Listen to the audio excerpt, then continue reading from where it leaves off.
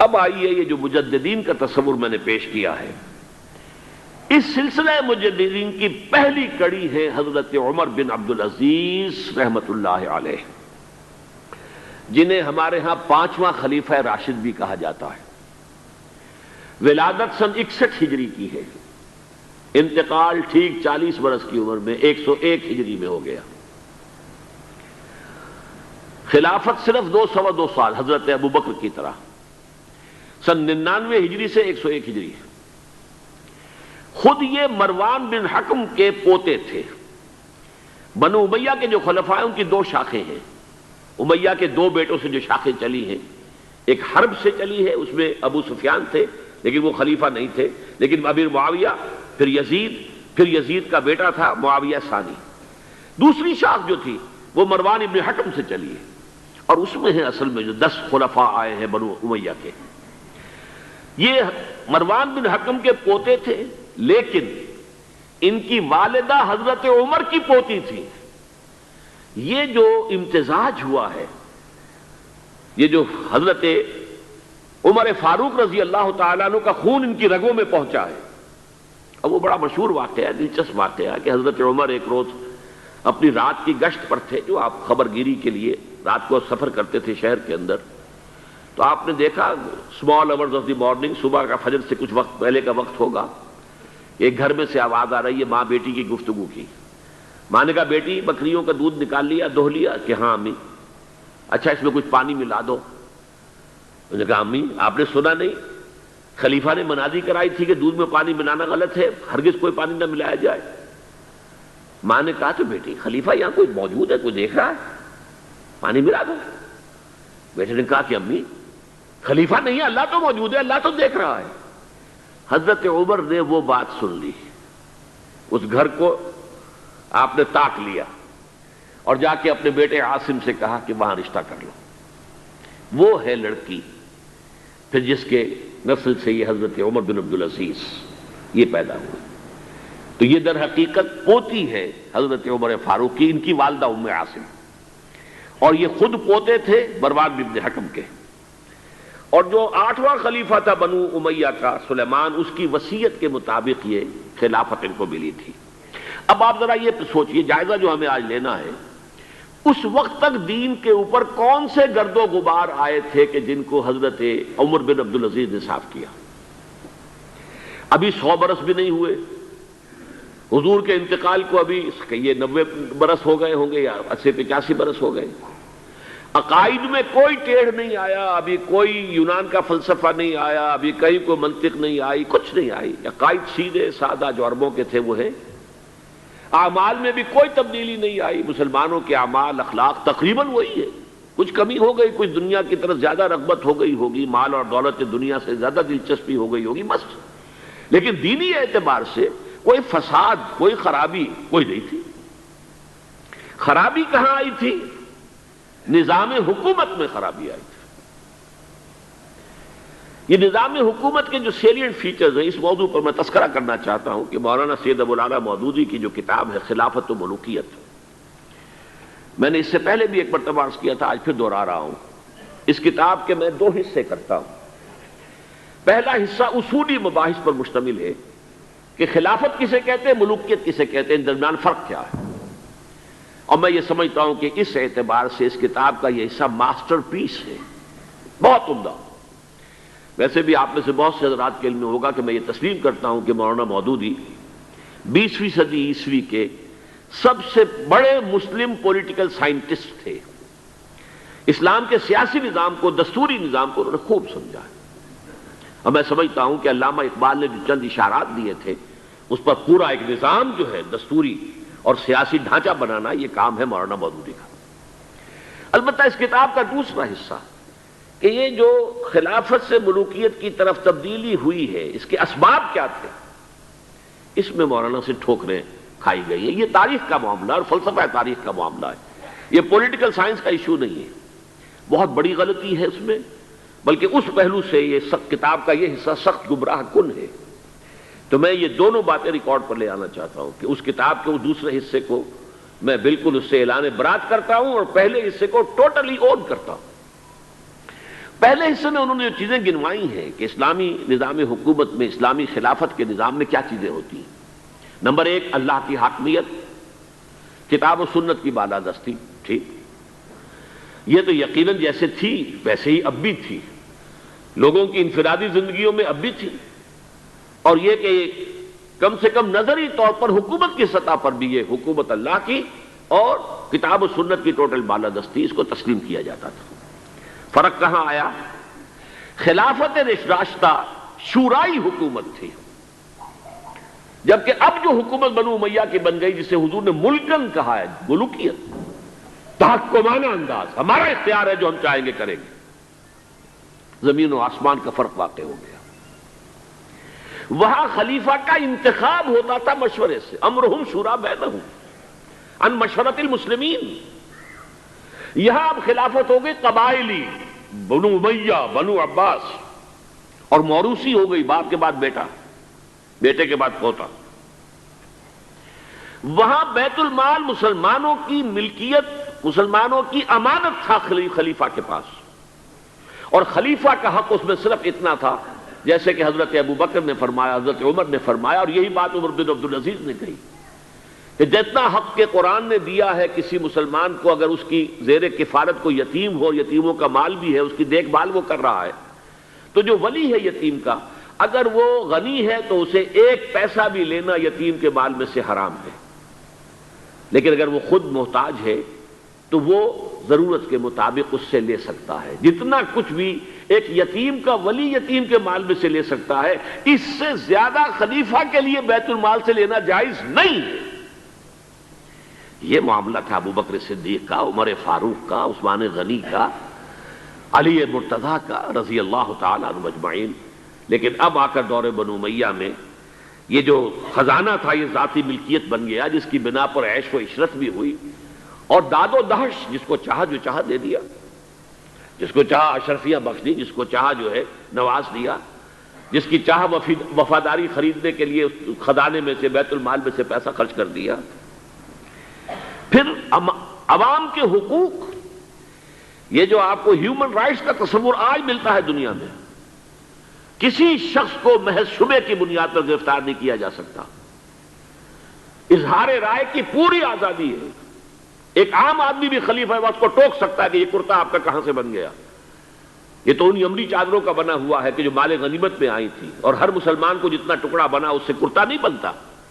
آپ کا کرتا ہم دیکھ رہے ہیں، آپ نے اس یمنی چادر کا بنا ہوا کرتا پہنا ہوا ہے، ہاؤ کم، کیسے بن گیا؟ آپ ہم میں ہے بھی طویل القامت انسان۔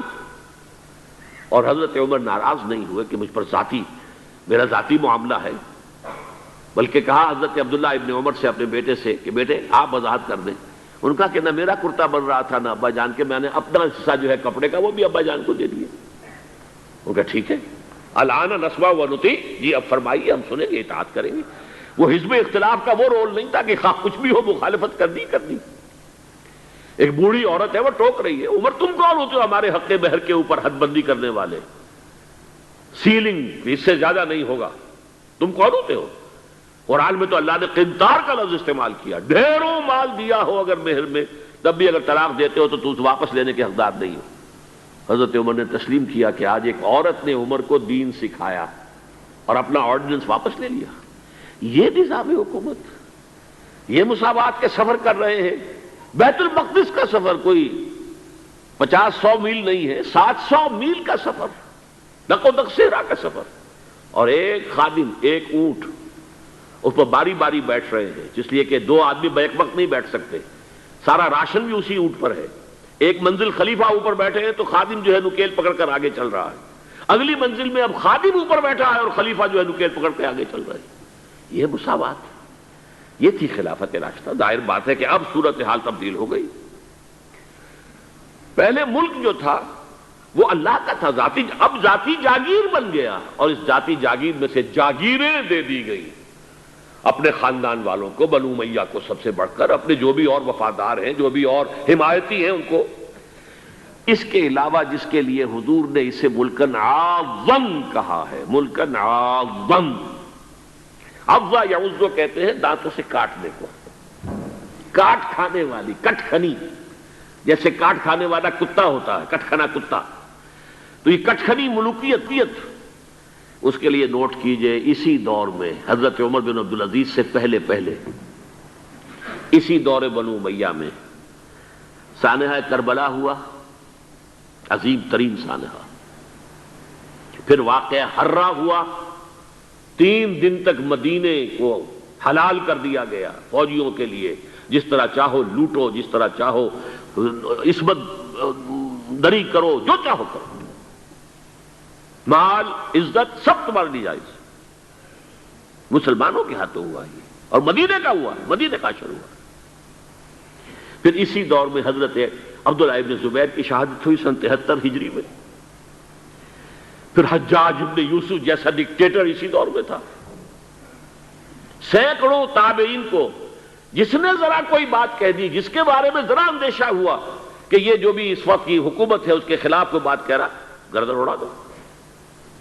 کوئی پوچھ تاچھ نہیں، کوئی مقدمہ نہیں، کوئی الزام لگا کر ثبوت کو دینے کی کوئی ضرورت ہی نہیں. سینکڑوں تابعی. اسی دور حکومت میں محمد ابن قاسم جو یہاں ملتان تک چل کر آ گیا تھا رحمت اللہ علیہ، اور اب وہ ارادہ کر رہا تھا آزاد کشمیر کی طرف، پہاڑی علاقوں کی طرف جو ہے وہ فتح اور کشمیر کی طرف جانے کا، واپس بلا کر شہید کر دیا گیا. کیوں؟ بہت پاپولر ہو گیا تھا محمد ابن قاسم. ہندوؤں نے اس کے بت بنا کر اپنے مندروں میں رکھ لیے تھے پوجنے کے لیے. یہ تو اوتار ہے. در جوانی توبہ کردن سیوائے پیغمبری، یہ نوجوان اور اتنا نیک، ان کے لیے تو کوئی قیاس کے قابل بات تھی نہیں. اوتار، وہ تو فوراً اوتار مانگتے ہیں نا. پھر بت بنا کے مندروں میں رکھ دیے گئے. اندیشہ ہو گیا. ملوکیت کو ہمیشہ خطرہ ہوتا ہے. کوئی شخص ذرا پاپولر ہونے لگے تو کان کھڑے ہو جاتے ہیں کہ ہمارے لیے خطرہ بن جائے گا، لہذا شہید کر دیا گیا. موسیٰ ابن نصیر کے ساتھ یہی ہوا ہے، جن کے ایک جرنیل طارق ابن زیاد نے اسپانیہ فتح کیا ہے. بوڑھے جرنیل کو بلا کر سارا دن دھوپ میں کھڑا رکھا گیا ہے، یہاں تک کہ وہ بے ہوش ہو کر گرا ہے. حالانکہ اس کی وجہ سے شمالی افریقہ کے بڑے علاقے فتح ہوئے، اور انہی کے جرنیل تھے طارق ابن زیاد. یہ ہے وہ کاٹ کھانے والی صفت جو ہے ملوکیت کی. ملکن عاضن. حضرت عمر بن عبدالعزیز نے کیا کیا؟ دیکھیے، ان کا تجدیدی کارنامہ صرف 3 نکات پر مشتمل ہے. یہ میں بتا چکا ہوں آپ کو.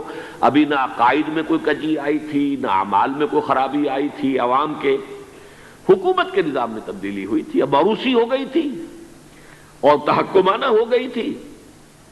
خلیفہ جو ہے وہ موروثی یا نامزد ہوتا تھا، اور یہ جاگیر بن گئی تھی اپنی ذاتی بیت المال.